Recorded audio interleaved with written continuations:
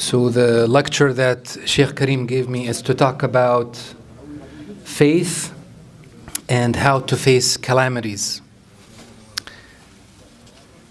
What is faith in Arabic? Iman. And Iman, what is the definition of Iman?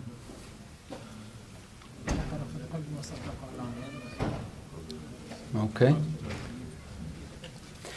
So Iman, as the brother said, Iman, if you open Sahih Muslim, Sahih al-Imam Muslim, the very first hadith, it's a famous hadith, almost everyone knows it, is the definition of Islam, Iman and Ihsan. But do you know why, the reason why this hadith was compiled in the beginning and why this hadith was brought up? Anyone knows the reason why this hadith brought up? The reason of this hadith to be brought up is the appearance of people of bid'ah talking about al-qadr, the predestination of Allah in Basra. You know, after the death of the Prophet ﷺ, and during the time of the companions, the fitan, the tests started to appear. And the greatest fitan is not the wars and the killing and stuff like that. No. Actually, the i'tiqad, the introduction of the bid'ah and the misconceptions and the errors in aqidah to our religion. That is the biggest fitna. So a group of people in Iraq, in Basra, they started to say that there's no predestination, there's no qadar. We do our things and then Allah knows about it. Astaghfirullah al-azim. Ta'ala Allahu amma yaquluna uluwan kabira. So two tabi'een came into Mecca and they met with Abdullah bin Umar radiyallahu anhuma, and they asked him about this. And he said, tell them that those people who are saying, Ma'bad al-Juhani and his people, they're saying that there's no predestination, tell them that even if they have the mountain of Uhud, gold, and they spend it, Allah Ta'ala will never accept from them until they believe in Qadr. And he said, I am innocent, free from them. I don't belong to them and they don't belong to me until they believe in Qadr. And those people, they were qurra, they were like memorizing Quran. And this tells you it doesn't matter if you memorize Quran but you don't follow the way of the Sunnah and the Sunnah of the Sahaba. So in this hadith, Iman is to believe in أن تؤمن بالله وملائكته وكتبه ورسله واليوم الآخر والقدر خيره وشره. So 6 pillars or articles of faith, of Iman. And in every article, there are misconceptions and errors that happen to it, that we need to correct it. And this is for a different session, inshallah. The definition of Iman, as the brother said, Al-Iman قول وعمل يزيد وينقص. This is اعتقاد أهل السنة. And this is what Al-Imam al-Bukhari said in his Sahih. He نقل الإجماع. So why am I talking about this now in this event and in this time? Every time Allah Ta'ala sent a distress to grow up people, He wants us to come back to Him. Distress, we have limited options we can offer, but we need to go back to Tawheed. We need to go back to Quran and Sunnah and the way of the first generations. And as you hear Sheikh Karim and the other shuyukh, they always say, we follow Quran and Sunnah and the first 3 generations. Anyone can give us like a proof in Quran why it's important to follow the first 3 generations or the first generations of Islam? الله سبحانه وتعالى زكاهم في القرآن. نعم. التزكية في القرآن. And I heard فإن آمنوا بمثل ما آمنتم به فقد اهتدوا. Allah Ta'ala said, if they believe in the same belief you believed, you in a plural about the Sahaba, فقد اهتدوا.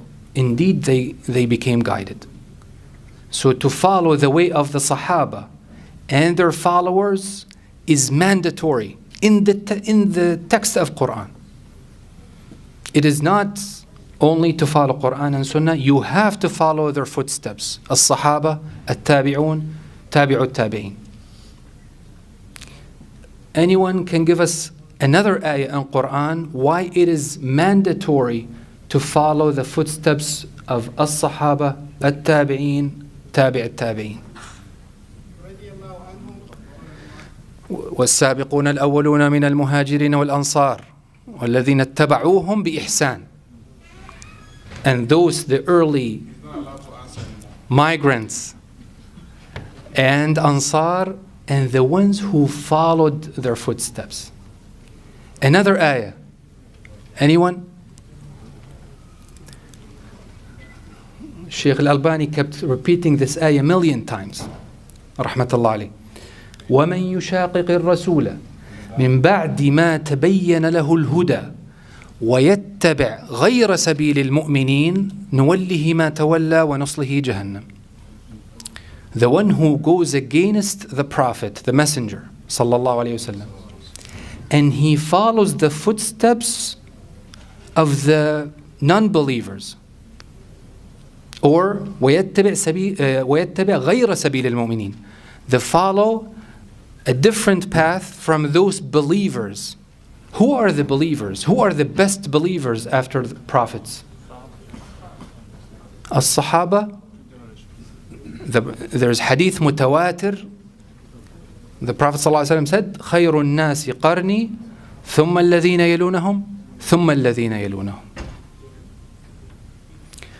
Our imams are Ahl al-Hadith, the fourth generation. And why do I say the fourth generation?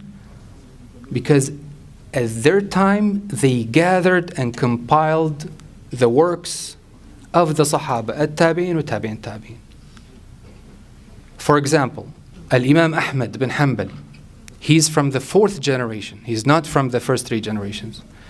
Imam Shafi'i, Imam Bukhari, Muslim, Abu Dawood, Ibn Majah, An-Nasa'i, At-Tirmidhi, Abu Zur'a, Abu Hatim, Al-Awza', all of those, they gathered. We should go back and read about them and read their works. They worked so hard. They compiled so many books. And their books are so easy to read. There's a book called Aqidatul Raziyain. It's 4 pages. 4 pages. Wallahi, my brothers, if we read those 4 pages, we will be guided. 4 pages only. So simple, very simple language. Why is it so important? Because Ahl al-Bid'ah were thriving during their time, attacking Muslims with their shubuhat, doubts that many Muslims now, many Muslims are affected by these doubts and bid'ah. And they affect the belief in Allah and the Messenger and Qadar, the core principle of our religion. Yesterday, one of the sisters asked about follow, imams and madhahib and stuff. I forgot to say, the most important is to go back to the core belief, aqidah. Aqidat, the 4 imams, all of them are the same.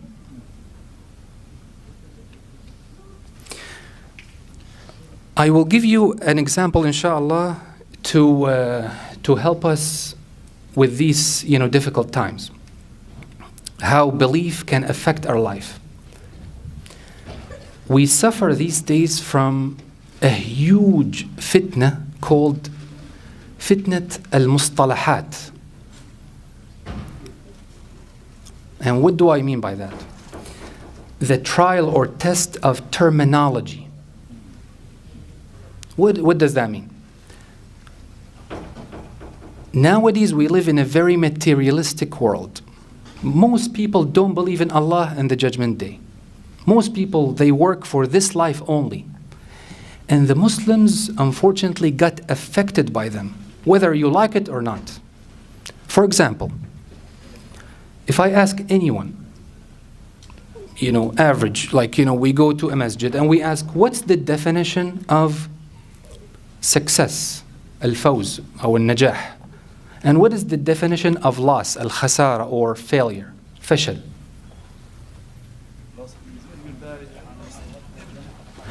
The most answers probably you will get, it's related to power and money and degrees.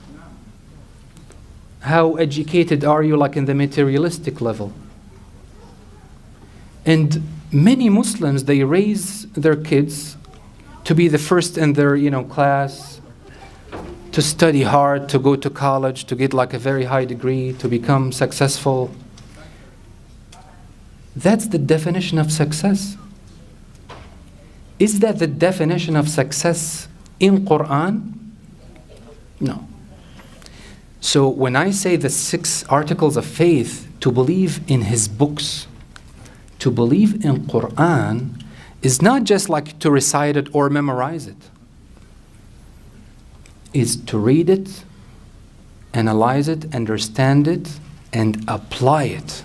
Ittiba'. Our religion, subhanAllah, it's the most beautiful lifestyle. It's not about to be extremely knowledgeable. No. It's to apply the knowledge and work with it. Al-ittiba'. Because you could be extremely knowledgeable, and that's a fitna, a test from Allah, and you could deviate and become arrogant. It's about ittiba'. And that's one of the definition of Abdullah bin Mas'ud radiyallahu anhu. من كان مستنا فليستنى بمن مات. صحابة رسول الله صلى الله عليه وسلم. So go back to fitnat al-mustalahat. Why is it so important? Imagine you meet a brother, you meet your friend, and all of you talk about the success as Quran said. What did Quran said about success? Al-Fawz. Al-Fawz, if the word Al-Fawz mentioned 16 times in Quran. 14 times as Al-Fawz Al-Azim, 1 time Al-Fawz Al-Mubin, and 1 time Al-Fawz Al-Kabir. I'll talk about the last one, and I'll give you an example and I'll finish, inshallah. Al-Fawz Al-Kabir, the greatest win or the greatest victory, mentioned in which surah? Al-Buruj. Surah Al-Buruj.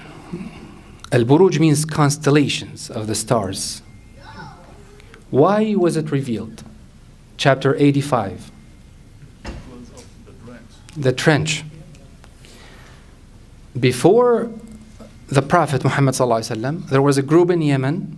It's a long story mentioned in Sahih Bukhari, Suhaib al-Rumi radiyallahu anhu. It's a long hadith. I'm not going to talk about the details of the story. A group of people became believers in Tawheed, in the religion of Isa, Jesus alayhi salam. And their king was a pagan, or he commanded people to worship him. He did not like that. He tried to convince them to return back to his religion. They refused. So he ordered his soldiers, they dug a trench, and they put a huge fire, and they sat down, him and his soldiers. They sat down, and with cold blood, they started to throw the believers in the fire. إِذْ هُمْ عَلَيْهَا قُعُودٌ. Who are they? The ones who are sitting? The soldiers and the people of the king. They were sitting and watching. Does that remind you of something? No.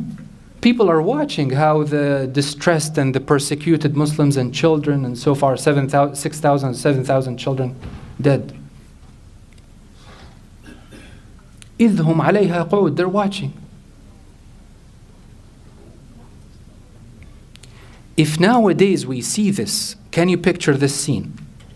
Soldiers, a trench, fire, and they're throwing people one by one. What would we say? People, like, emotionally, they start to react emotional, like poor people, they start to cry about them and stuff like that. What did Allah Ta'ala said about them? Number one, He said, وَمَا نَقَمُوا مِنْهُمْ إِلَّا أَن يُؤْمِنُوا بِاللَّهِ الْعَزِيزِ الْحَمِيدِ. They did not hate them except because they believed in Allah. That's it. That was their only fault. That's it. And what did He say about them? He confirmed that they were believers. And then He said, إِنَّ الَّذِينَ آمَنُوا وَعَمِلُوا الصَّالِحَاتِ لَهُمْ جَنَّاتٌ تَجْرِي مِنْ تَحْتِهَا الْأَنْهَارُ ذَلِكَ الْفَوْزُ الْكَبِيرُ. Those who believed and did the righteous deeds, they will have gardens, paradises with flowing rivers. That is the greatest victory. Can you imagine we teach our children and we teach ourselves and we apply it on us, that the greatest victory is to die as a believer. Whether you got to see a tamkeen, to have control on earth, or not. Why the story of Musa alayhi salam mentioned the most frequent story in Quran? Because it has so many lessons we need to learn from. Musa alayhi salam himself, he died before he got to have the control on earth. He died before. He did not enter Jerusalem, Al-Ard al-Mubarak, as the Prophet ﷺ said. He did not enter it. And he did not see the Muslims victorious. Shuhada Badr, Shuhada Uhud, Hamza bin Abd al-Muttalib. He died before the rise of the Muslims. But they are victorious. This is the definition of success, to die as a believer. In Surah Al-An'am, قُلْ إِنِّي أَخَافُ إِنْ عَصَيْتُ رَبِّي عَذَابَ يَوْمٍ عَظِيمٍ مَنْ يُصْرَفْ عَنْهُ يَوْمَئِذٍ فَقَدْ رَحِمَهُ. And what's after that? وَذَلِكَ الْفَوْزُ الْمُبِينُ. Say that if I disobey Allah, I fear from a huge day. On that day, if the punishment is turned away, the mercy of Allah will be on you. And that is the best victory.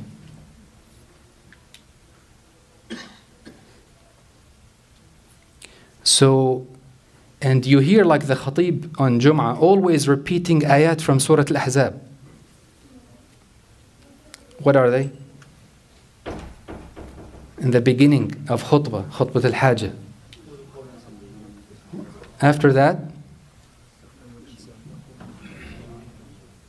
يا أيها الذين آمنوا اتقوا الله وقولوا قولا سديدا يصلح لكم أعمالكم ويغفر لكم ذنوبكم ومن يطع الله ورسوله فقد فاز فوزا عظيما.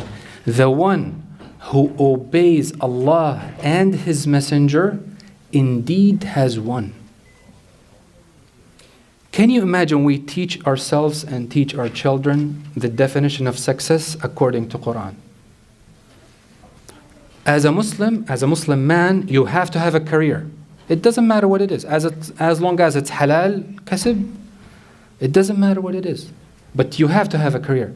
But don't make it like a priority, like number one. like tawheed, you know. We suffer from this fitna, taqdees al-mihna, like honoring career these days, honoring money. You teach your children as money, career as number one. Of course, they grow up to honor this. And this is taqdees. As a Muslim, we should do taqdees to Allah Ta'ala. So I hope this subject, inshallah, we got benefit from. It's called Fitnat al-Mustalahat. اللهم اغفر لنا ذنوبنا يا رب العالمين. ربنا أفرغ علينا صبرا وتوفنا مسلمين